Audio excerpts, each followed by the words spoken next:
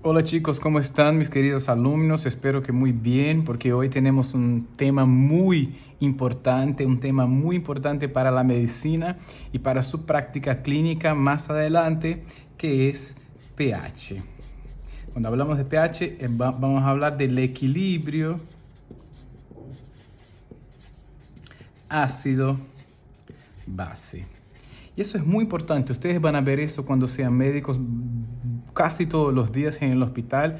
Pacientes que tienen trastorno de ese equilibrio. Nosotros vamos a estudiar primero lo que es el equilibrio ácido-base del cuerpo, que es medido por el pH, para después estudiar el desequilibrio, que es si ustedes saben manejar bien el equilibrio, van a poder estudiar y entender después todas las alteraciones de ese sistema. Y en base a eso poder pensar un paciente, pensar un caso clínico y poder resolver todo eso más adelante. Bueno, muy bien. ¿Por qué tenemos que estudiar el equilibrio ácido-base? ¿Por qué? Porque hay diferentes reacciones, hay muchas reacciones en el cuerpo, en el intracelular y en el extracelular, que liberan hacia la sangre y liberan hacia el extracelular hidrogeniones, que nosotros los vamos a llamar protones al ion hidrógeno. Liberan mucha concentración de esta molécula.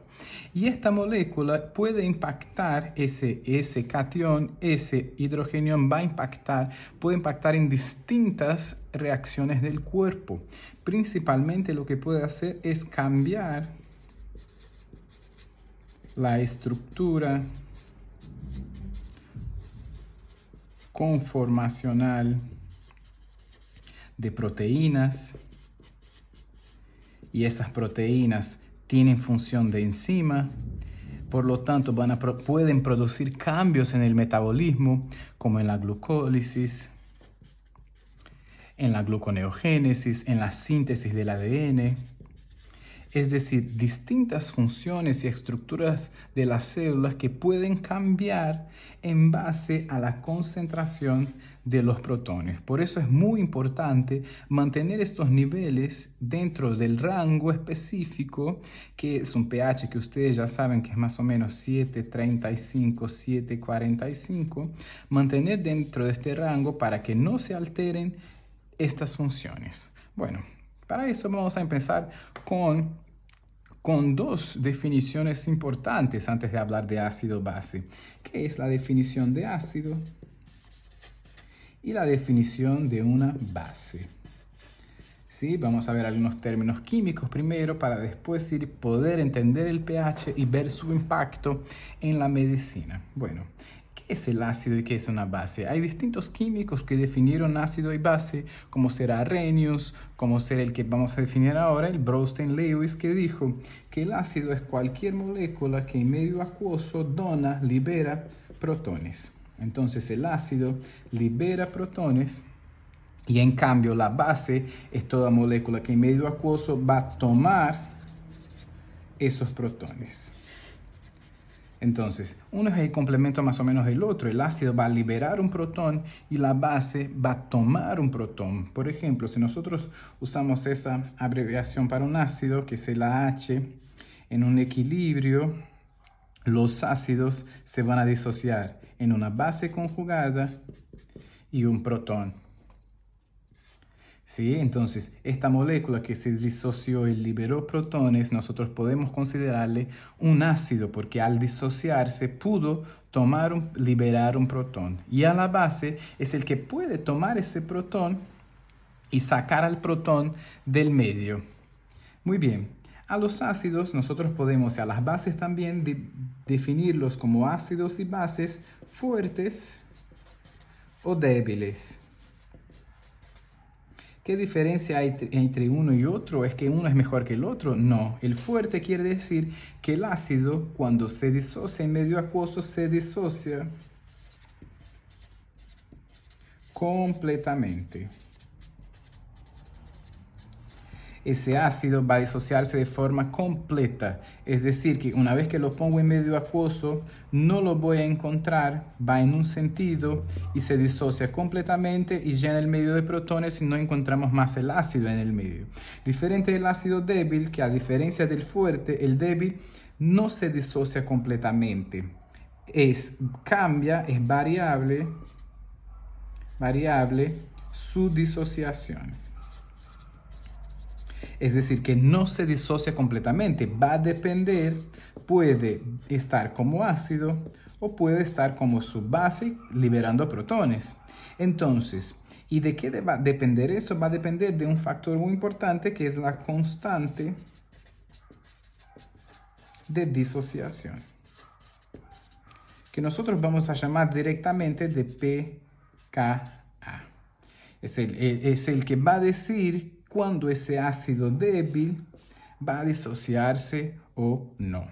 Nosotros en medicina vamos a estudiar básicamente todos los ácidos débiles, que son los ácidos orgánicos, que son los que nosotros tenemos en sangre. A diferencia de los fuertes, que nosotros no vamos a estudiar tanto porque no son ácidos que nosotros no encontramos en la sangre, como el ácido sulfúrico. Es un ácido, pero nosotros no lo estudiamos en medicina por no estarlo en sangre. ¿Sí? Entonces vamos a estudiar básicamente ácidos débiles y por eso tenemos que también estudiar el pKa para saber cuándo ese ácido se disocia o no. Bien, y como dijimos que esa concentración de protones impacta tanto en el medio interno, es que nosotros tenemos que estudiar el pH. ¿Y qué es el pH? El pH mide así en forma más fácil de decir, mide la concentración de los hidrogeniones, de los protones en el plasma, ¿sí? Entonces el pH va a medir esa concentración de protones. Muy bien, cuando nosotros vemos ese pH, lo que estamos mirando es qué concentración de protones hay en sangre en base a ese número, ¿sí? Muy bien, pero el señor que propuso la fórmula que nosotros utilizamos el pH, llegaron a una escala, y el pH es una escala que va desde el número 1 al número 14, donde la mitad del camino, que sería 7 dividido a 2, sería cuando el pH podríamos decir que es neutro. Ni está cerca del 1 ni está cerca del 14. ¿Sí? ¿Y qué quieren decir estos extremos? La fórmula del pH es igual al logaritmo, al menos logaritmo de la concentración de protones. ¿Y qué quiere decir ese menos logaritmo en base 10 de esa concentración de protones? Quiere decir que eso es 1 sobre la concentración de protones. Por lo tanto, siempre que la concentración de protones sea alta, el valor resultante por estar 1 sobre será baja, será un número chico, el pH será un número bajo. Ahora, si la concentración de protones disminuye, al dividir a 1 el número es más alto y el pH sube. Por lo tanto, cuanto más cerca del 14, menor es la concentración de protones. Y cuanto más cercano al 1, quiere decir que mayor es la concentración de protones. Entonces, cuando estamos hablando de un pH que se va de 7 a 14, lo estamos diciendo que la concentración de protones es baja, por lo tanto, podemos decir que ese medio es básico o alcalino. Y cuando el pH se acerca a 1, quiere decir que la concentración de protones va aumentando, y cuanto más protones tenemos, podemos decir que ese medio es ácido. ¿Sí? Entonces, nosotros queremos trabajar cerca del neutro. El pH sanguíneo, que es nuestro medio que vamos a estar trabajando, tiene un rango de 7.35 a 7.45, que sería nuestra neutralidad. Mirando a la escala, sería discretamente alcalino el pH sanguíneo.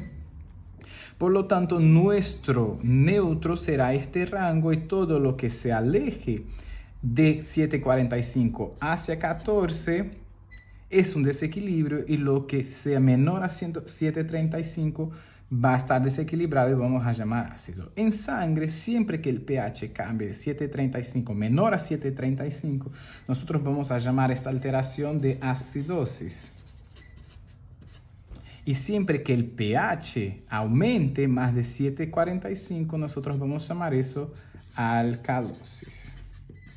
Entonces vamos a trabajar con acidosis y alcalosis. Podemos decir si un paciente tiene acidosis o alcalosis mirando al valor de pH, y en base a ese número podemos decir qué alteración se va, que está cursando el paciente. Para eso necesitamos conocer el pH, y en base a ese pH vamos a decir si hay acidosis o alcalosis, ¿sí? Entonces, cuando hablamos de acidosis, estamos hablando de alta concentración de protones, y cuando estamos hablando de alcalosis, estamos hablando de baja concentración de protones. Y para que ustedes tengan una idea, no es que ese número va a ser muy discrepante con el valor normal, ¿sí? El pH compatible con la vida en una situación de acidosis es como mucho un pH de 6,8. Acá ya hay incompatibilidad con la vida, así como un pH de 7,8. Para que ustedes vean que es estrecha el número, el rango para un pH sanguíneo. Diferente si nosotros estamos hablando de otros medios acuosos, como ser un café, como ser el jugo gástrico que tiene un pH muy bajo, 2 o 3, ¿sí? Pero en sangre ese rango tiene que ser muy pequeño, es muy pequeño, para que ustedes se den cuenta que cualquier cambio de protones impacta de forma alta en la vida, ¿sí? Tanto sea mucho como sea poco, los cambios son importantes para las células. Bueno, muy bien. Como nosotros vemos la alteración en base al pH, pero nuestra sangre tiene su propia forma de mantener esto en rangos normales, ¿sí? Y esto va a depender de lo que nosotros llamamos de buffer. Buffer es la traducción de buffer, quiere decir solución tapón o amortiguador, que tiene el mismo significado que un amortiguador, por ejemplo, de un auto. ¿Qué va a hacer ese amortiguador? Va a compensar los desequilibrios. Por ejemplo, venimos en una calle, está todo bien, pero ahora aparece esto en la calle, falta un agujero. Entonces el amortiguador va a compensar bajando la rueda del auto para que compense y después acá se equilibre otra vez, y el que está acá no sienta tanto ese cambio. Entonces los amortiguadores en sangre van a hacer lo mismo, ¿sí? Entonces una solución para hacer esa compensación debe tener la posibilidad de, en situaciones donde hay acidosis, donde hay muchos protones, el amortiguador, ¿qué hace en esa situación? Toma protones para que se salga de sangre y este pH vuelva a la normalidad. Ahora, pero si tenemos ahora una alcalosis que faltan protones, esos amortiguadores tienen que tener la capacidad de, en vez de tomar protones, de ceder protones.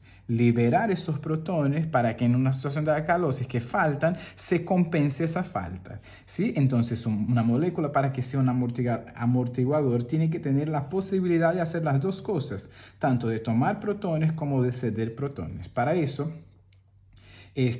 químicamente, un buffer, para que pueda hacer esas dos cosas, se forma a partir de un ácido.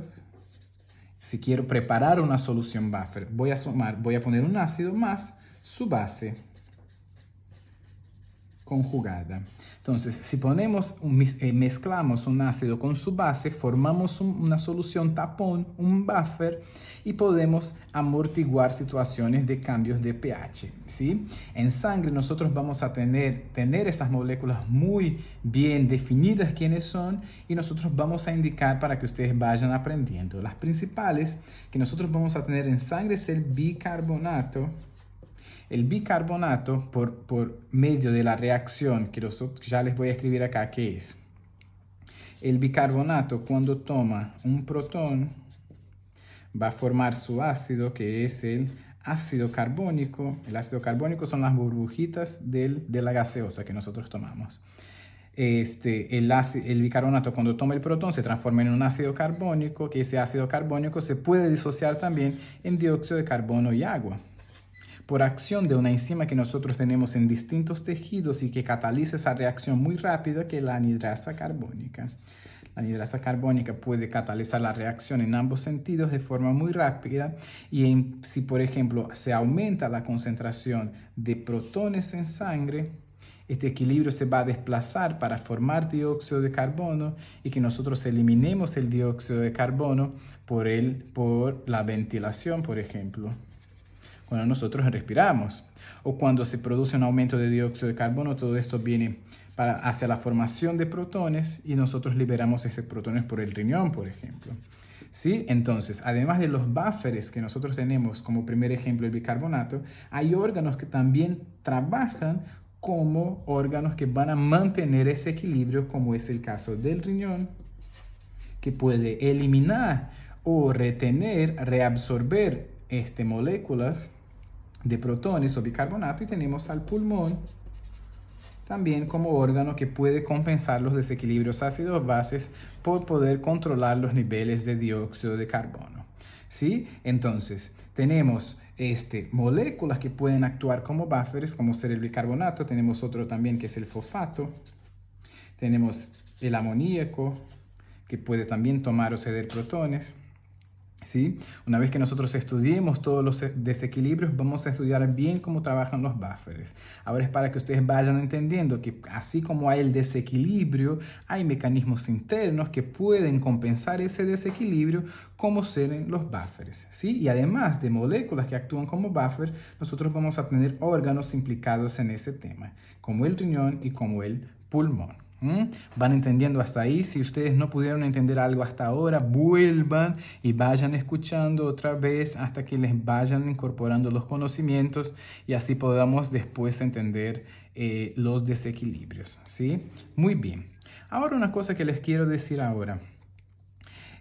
Además de agregar un concepto más para que ustedes entiendan pH, que es que les dije, como el ácido carbónico nunca va a estar como ácido carbónico en sangre, o estar disociado en dióxido de carbono, o está disociado en protones y bicarbonato. ¿Por qué es así? Porque es un ácido débil. Como les dije anteriormente, el ácido débil o puede estar disociado o no. ¿Y de qué va a depender? Va a depender del valor del pKa, que es la constante de disociación de los ácidos, que nosotros vamos a llamarlo así.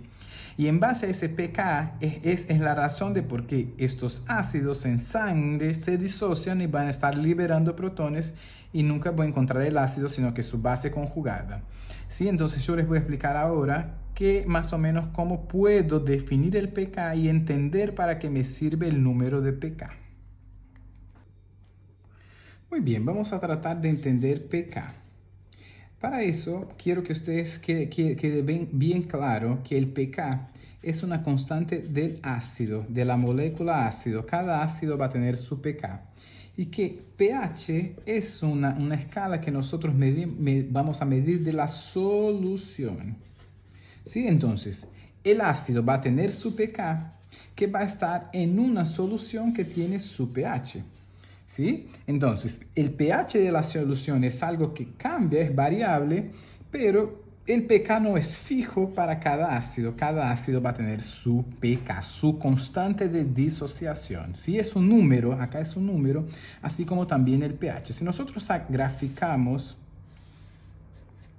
va a quedar más fácil para que ustedes entiendan pKa, ¿sí? ¿Qué es ese pKa? Por ejemplo, vamos a decir que nosotros tenemos una solución y que a esa solución que tiene un ácido que no está disociado porque es débil todavía, le vamos agregando base. Le vamos agregando base, le vamos agregando base, hasta que ese ácido, vamos a impulsionar que ese ácido comience a disociarse y libere protones, ¿sí? Entonces, acá nosotros vamos a poner pH por este lado y acá vamos agregando base. Y una vez que nosotros vamos agregando base a esa solución, el pH de la solución al estar agregando base va aumentando, va subiendo, va saliendo del más fuerte 1 hacia el más alto, que es 14. A medida que voy agregando, que se va desplazando para este lado, voy subiendo el pH. ¿Sí? Y al final de todo veo una curva que lo vamos a graficar todo ácido. Y en el final todo disociado, base conjugada y protones. Entonces, graficando esa curva de disociación, empezamos con un ácido y al fin acá tenemos 100% ácido y acá nosotros vamos a tener 100% del ácido disociado, de la base conjugada y del protón. Por ejemplo, si nosotros estamos hablando de, por ejemplo, el ácido pirúvico. Entonces arranca con ácido pirúvico y al final de todo nosotros vamos a encontrar la base conjugada del ácido pirúvico, que es el piruvato, más el protón. ¿Sí? Entonces encontramos el ácido disociado. Si nosotros miramos, esto va pasando a medida que va aumentando el pH. Va subiendo el pH, va disociando el ácido, va obligando a que ese ácido se disocie. Si nosotros nos paramos en este punto determinado, acá, justo en ese punto, el ácido va a estar disociado al 50%. Acá voy a tener 50% de ácido que no se disoció todavía y voy a tener un 50% del ácido que ya está disociado en ese punto. ¿Sí? Entonces, siempre que estemos hablando de este punto para abajo, voy a tener más ácido y de ese punto para arriba vamos a tener más base conjugada y protones. Pero llego a este 50% porque ¿qué cambió para que esto llegara? El pH. Este número salió del más bajo y fue subiendo hasta que el ácido se disociara al 50. Y acá tenemos un número, vamos a atribuir un número, por ejemplo 5. Si justo coincide el número de pH con el 50% de la disociación del ácido, en este punto determinado nosotros vamos a tener el pK. Por lo tanto, definiendo el pK es el pH, es un pH en el cual ese ácido determinado que nosotros estamos hablando está disociado al 50%. En este justo pH, el ácido va a estar disociado al 50%.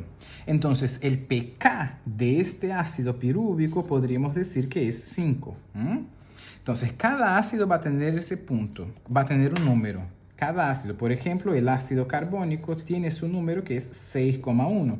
¿Qué quiere decir el 6,1? Quiere decir que cuando el pH de la solución, es 6,1, el pH cuando es 6,1, el ácido carbónico estará disociado al 50%. Pero quiero que ustedes se fijen que si esto puede cambiar, puede ser que el pH no sea 5. Si el pH es 5, la solución va a estar disociada al 50, pero si el pH no es 5, ¿cómo va a estar ese ácido? Y depende, si el pH es mayor, si el pH es mayor al pK, quiere decir que nosotros vamos a mirar este lado. Si miro acá, nosotros vamos a encontrar más del ácido disociado de la base conjugada de protones que del ácido. Ahora, si el pH es menor al pK, quiere decir que nosotros vamos a encontrar más por este lado y vamos a encontrar más ácido. Y si el pH es igual al pK, el ácido estará disociado al 50%. ¿Sí? Entonces, con eso, mirando ese número, ustedes pueden comparar ese número con el pH de la sangre, que es donde van a estar estos ácidos. Por ejemplo, nosotros tenemos pH de sangre 7,35. Quiere decir que un ácido que tiene pK de 5 en sangre va a estar totalmente disociado, no va a estar más como ácido. ¿Qué es lo que va a pasar con el ácido carbónico? Al tener pK de 6,1, cuando ese ácido entra en sangre que tiene pH 7, pasa del 50% y nosotros encontramos en sangre bicarbonato y protones.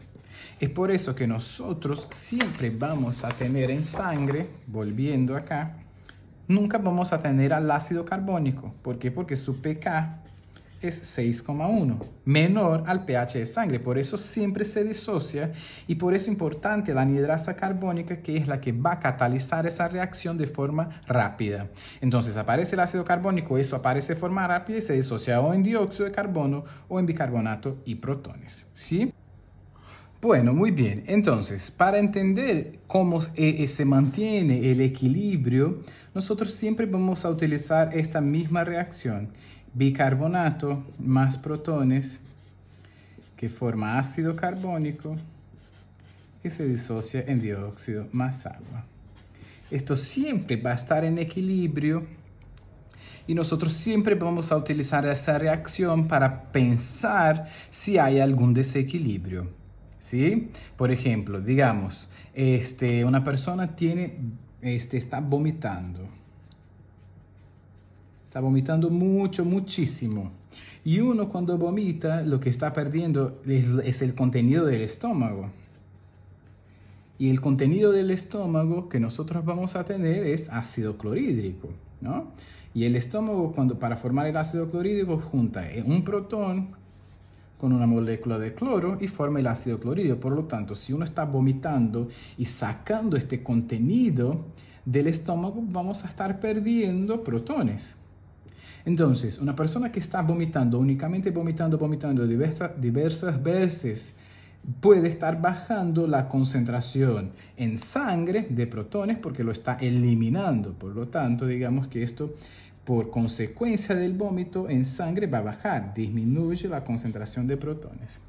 Si esto disminuye la concentración de protones, el bicarbonato, que es el que toma el protón para formar ácido carbónico, para poder formar ácido carbónico tengo que juntar el bicarbonato con el protón. Si estoy sacando protones, el bicarbonato aumenta. ¿Por qué? Porque sobra. Porque falta complementar su base con su protón. Esa es la base del protón. Si falta el protón, el otro aumenta porque sobra. Por lo tanto, esto también se va a alterar porque si estoy disminuyendo, si me falta protones y tengo bicarbonato, no voy a estar formando el dióxido porque para formar el ácido carbónico necesito de los dos. Si hay menos, voy a formar menos acá. ¿Sí?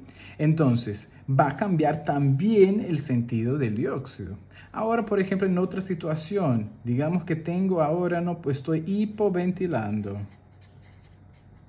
Tengo alguna alteración, una obstrucción de la vía aérea y no puedo ventilar. Entonces, no estoy expirando correctamente. Entonces, se va, así como entra oxígeno, entra oxígeno, sale dióxido de carbono. Si estoy ventilando poco, el dióxido no se elimina y aumenta la concentración de dióxido de carbono. Si se aumenta la concentración de dióxido de carbono, agua hay bastante en sangre. Entonces voy a tomar una molécula de agua, esto se desplaza para este lado y voy a formar, olvídense de esta, voy a formar más protones y más bicarbonato. Entonces, en ambos casos, sea por concentración de dióxido o sea por concentración de bicarbonato y protones, puedo alterar el equilibrio del estado ácido-base. A este lado de la reacción nosotros vamos a llamar un lado respiratorio, porque el órgano que va a controlar y regular la concentración de dióxido de carbono es el pulmón. Y para este lado de la reacción, valores de bicarbonato y protones, el órgano que puede concentrar o liberar bicarbonato y protones no es el pulmón, sino que el riñón, que puede reabsorber o excretar en orina protones y bicarbonato. Por lo tanto, a este lado nosotros vamos a llamar metabólico. Entonces, de acuerdo al pH del paciente, podemos tener dos alteraciones, alcalosis o acidosis. Y en base a la causa de la alcalosis o de la acidosis, la causa puede ser o respiratoria o metabólica. En base en cómo se produjo la alcalosis. Y si el paciente tiene una acidosis, en base en dónde se produjo la causa de la acidosis, podemos también tener acidosis respiratorias o acidosis metabólicas. ¿Sí? Entonces, nosotros teniendo el valor del pH y conociendo el valor del dióxido de carbono y el valor del bicarbonato, porque el protón nosotros ya tenemos por el pH, nosotros podemos establecer si un paciente tiene una alcalosis respiratoria o metabólica o una acidosis metabólica o respiratoria. ¿Sí? Entonces, necesitamos conocer, para hablar de estas alteraciones, necesitamos conocer el pH, que el pH tiene un rango de 7.35 a 7.45. Entonces, conocer el pH para establecer si es acidosis o alcalosis. Tenemos que conocer al bicarbonato y a conocer el dióxido de carbono. Conociendo estos tres valores, puedo decir y establecer el estado ácido-base del paciente, ¿sí? Nosotros el bicarbonato, el rango más o menos son 24.000 equivalentes de valor normal, y de dióxido 40-45 milímetros de mercurio, la presión de dióxido de carbono. ¿Sí? Entonces, si nosotros conocemos estos tres valores, podemos establecer el estado ácido-base del paciente. ¿Sí? Muy bien. Es por eso que Henderson-Hasselbalch propuso una fórmula que es pH es igual a pK más el logaritmo de la concentración de la base conjugada sobre la concentración del ácido. Y con esa fórmula es posible obtener un valor de estos tres si falta alguno. Por ejemplo, si nosotros tenemos el valor del pH 7.20, tenemos el valor del bicarbonato 12, pero me falta el dióxido de carbono, por utilizar esa fórmula puedo descubrir el tercer valor y entonces establecer el estado del paciente. ¿Sí? Por lo tanto, esa fórmula va a ser muy útil para descubrir algunos de los valores que faltan y que ustedes tienen que saber poder aplicar y poder descubrir el tercer valor si les falta alguno. Adaptando a la realidad del ácido que nosotros estamos trabajando, el ácido que nosotros estamos trabajando es el ácido carbónico. Por lo tanto, ese pK es el pK del ácido carbónico, que es 6,1, número fijo para ese ácido. Entonces, esta fórmula sería pH es igual al pK, que es 6,1, más el logaritmo de la concentración de la base conjugada, que ¿cuál es? El bicarbonato, porque estamos hablando del ácido carbónico, el bicarbonato, sobre el ácido, que sería el ácido carbónico. Pero el ácido carbónico nunca va a estar como ácido carbónico, o va a estar disociado en bicarbonato y protones, o va a estar disociado en dióxido y agua. Por lo tanto, acá, para hablar de la concentración de ácido carbónico, nosotros vamos a utilizar el dióxido de carbono, la presión parcial de dióxido. Como el dióxido es un gas y se mide en presión, y el bicarbonato que nosotros tenemos es en 1000 equivalentes, como están en diferentes medidas, en unidades, a la PCO2, a la presión parcial de dióxido de carbono, nosotros multiplicamos por 0,03, para que este número esté en la misma unidad, entre 1000 equivalentes o milimolar, y no en presión. Entonces, la fórmula que nosotros vamos a utilizar es esta. pH es igual a 6,1 más el logaritmo de la concentración de bicarbonato sobre PCO2 por 0,03. Y lo que nosotros vamos a aprender ahora es aprender a aplicar esa fórmula en los distintos casos. Muy bien, entonces vamos a poner la fórmula que nosotros vamos a utilizar, que es pH es igual a pK más el logaritmo de la concentración de bicarbonato sobre PCO2 por 0,03. Recuerden, si el número de PCO2 viene como CO2 y está en milimolar ya, no hace falta multiplicar porque ya estaría en la misma unidad de medida que el bicarbonato, ¿sí? Entonces, para hacer esa cuenta, nosotros vamos a necesitar que ustedes tengan y utilicen la calculadora científica. Esa calculadora, utilizando esa calculadora podemos hacer los cálculos del logaritmo y ustedes no van a tener problema para hacer las cuentas de pH, de dióxido o de bicarbonato. ¿Sí? Entonces vamos a simular un ejemplo para cada uno. Digamos, en el caso 1 que nosotros tenemos pH es igual a 720, bicarbonato es igual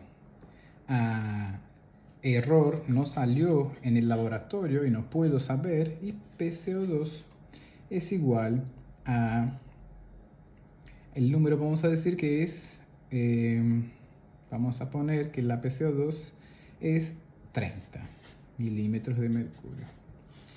Otro caso sería que nosotros no sabemos el pH, sí vamos a tener el bicarbonato y sí vamos a tener la PCO2.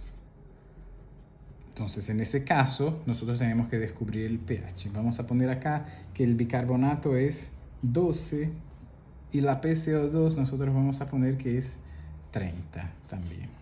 ¿Sí? Y vamos a tener un tercer caso que nosotros tenemos el pH, vamos a poner 750.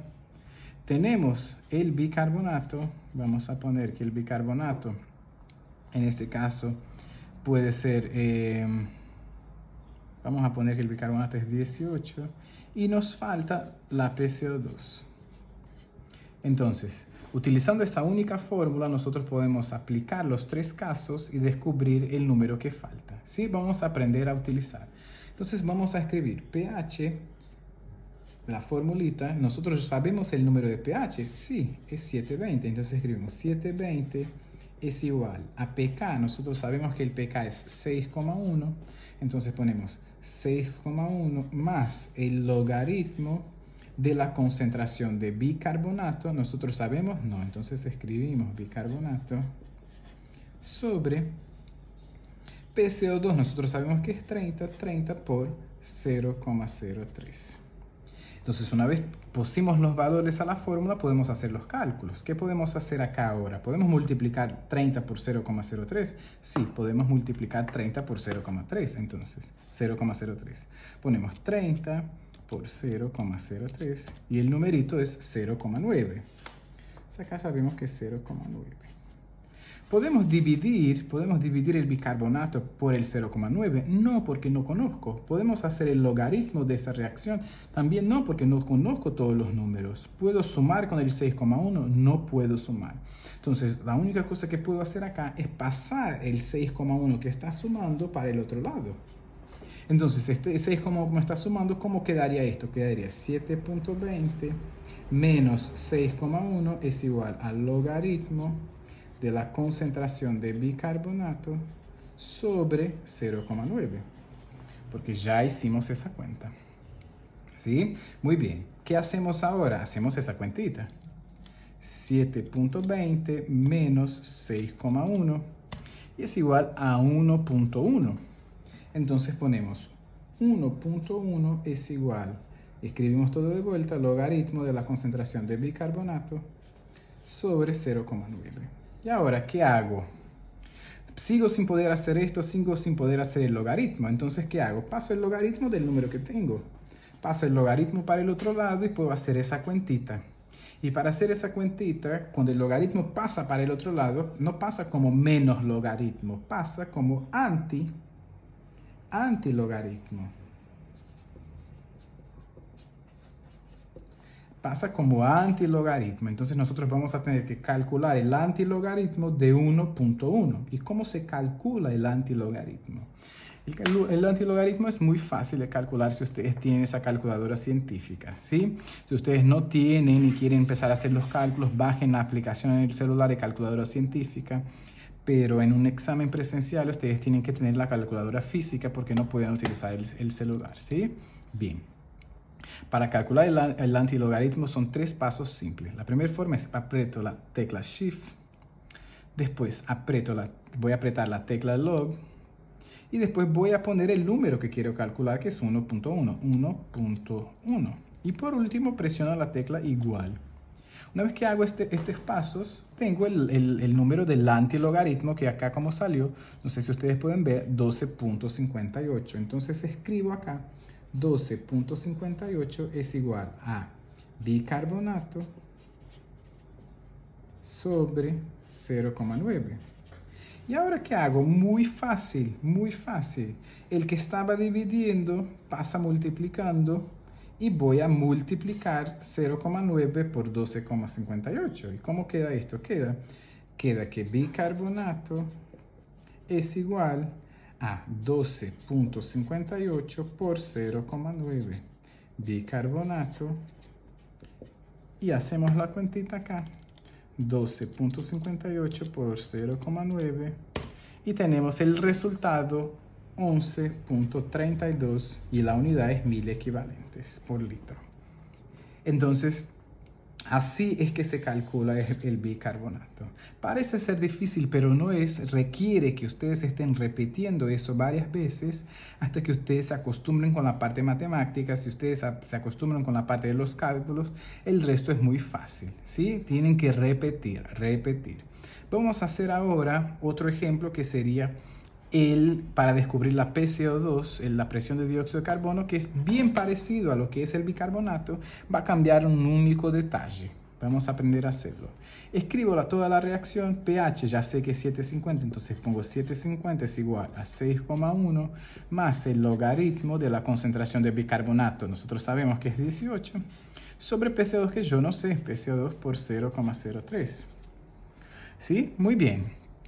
Entonces, ¿puedo multiplicar este número? No puedo. ¿Puedo dividir por 18? No puedo. ¿Puedo hacer el logaritmo? Tampoco. Entonces, lo único que me queda es pasar el 6,1 para el otro lado. Entonces, disminuyo 750 menos 6,1 es igual a 1.4. Entonces, 1.40 es igual al logaritmo de 18 sobre PCO2 por 0,03. ¿Sí? 18. Muy bien. ¿Puedo hacer esto? No puedo. ¿Qué hago? Paso el log para el otro lado. ¿Cómo pasa? Como antilogaritmo. Entonces, voy a escribir acá. Antilog de 1.40 es igual a 18 sobre PCO2 por 0,03.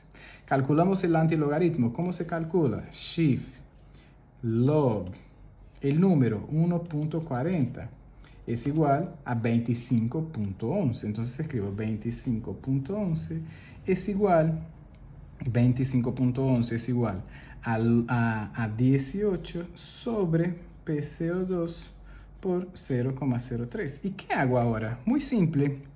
Acá uno está multiplicando y el otro está dividiendo. Entonces lo que voy a hacer es pasar el dióxido para este lado y el número 25 baja. Y quedaría más o menos armado así. PCO2 es igual a 18 sobre 25.11 por 0,03. Hago esta cuentita, 25.11 por 0,03 es igual a 0,75. Entonces pongo PCO2 es igual a 18 sobre 0.75. Hago la cuentita. 18 dividido 0,75 y me queda 24, número final, milímetros de mercurio. Y puedo decir que la PCO2 es 24 milímetros de mercurio. Es bien parecido al de bicarbonato, pero va a cambiar la última parte, ¿sí? Y ahora nos queda hacer el cálculo del pH, ¿sí? Pero acá ya está muy ocupado, vamos a cambiar de hoja y hacemos el cálculo del pH. Bien, vamos a aprender a hacer el cálculo del pH, que va a ser el más fácil de todos para que ustedes vean ahora. Fórmula pH, voy a escribir de vuelta, pK más el logaritmo de la concentración de bicarbonato sobre PCO2 por 0,03. Y los números que nosotros habíamos dicho era pH, no se conoce, bicarbonato es 12 y dióxido de carbono y presión parcial de dióxido de carbono es 30. ¿Sí? Entonces, teniendo estos números vamos a calcular el pH. Entonces, pH no sé, escribo todo. pH es igual a pKa, nosotros sabemos que es 6,1. 6,1 más el logaritmo de la concentración. ¿Sé cuánto es el bicarbonato? 12. 12, ya no hace falta más ni poner el 12. Perdón, la concentración. PCO2 sé cuánto es C, 30. Entonces puedo multiplicar por 0,03. Entonces, ¿qué hago ahora? Es muy fácil. Multiplico el 30 por 0,03. 30 por 0,03 es igual a 0,9. entonces puedo dividir el 12 por 0,9. ¿Sí? Entonces voy a escribir otra vez, pH es igual a 6,1 más el logaritmo de todo. Vamos a hacer el resultado, 12 dividido 0,9. Entonces hacemos 12 dividido 0,9 es igual a 13.33. Es igual a 13.33. Recuerden que el logaritmo no es ni del 12 ni del 30, es de todo. ¿Sí? Entonces, ¿ahora qué hacemos? Hacemos logaritmo de 13.33. Entonces, ponemos ¿qué hacemos acá? Apretamos la tecla log, 13.33, que es el número que queremos, ponemos igual y el número que me va a saltar es 1.12. Entonces, escribo pH es igual a 6,1 más 1.12. Y acá es la parte más difícil, es simplemente sumar 6,1 con 1.12, que es 6.1 más 1.12, es igual, pH es igual a 7.22. Quiere decir que ese paciente tiene una acidosis. Y nosotros conociendo los otros números 12 y 30, puedo decir después cómo va a ser esa acidosis, si es metabólica o respiratoria. ¿Sí? Entonces, el objetivo hasta ahora es que ustedes sepan todas las definiciones que nosotros dimos antes. Vamos a volver a repasar. Que ustedes sepan definir cuando el paciente tiene una acidosis. Perdón, ahí está. Cuando el paciente tenga una acidosis, una alcalosis. Después entiendan esa reacción del equilibrio ácido-base. Después van a poder hacer los cálculos y en el final de todo, nosotros, teniendo todos los números, podemos decir si el paciente va a tener un trastorno de alcalosis metabólica o respiratoria, ¿sí?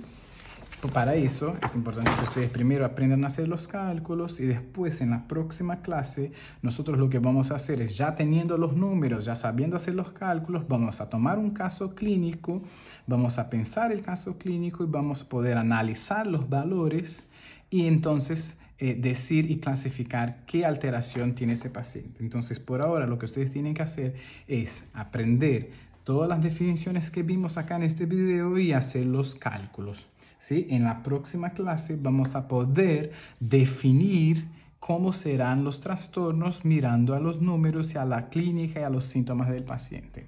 Bueno, espero que ustedes hayan entendido. En la clase vamos a sacar más dudas. Si tienen, pueden agregar comentarios también de las dudas. Muy bien.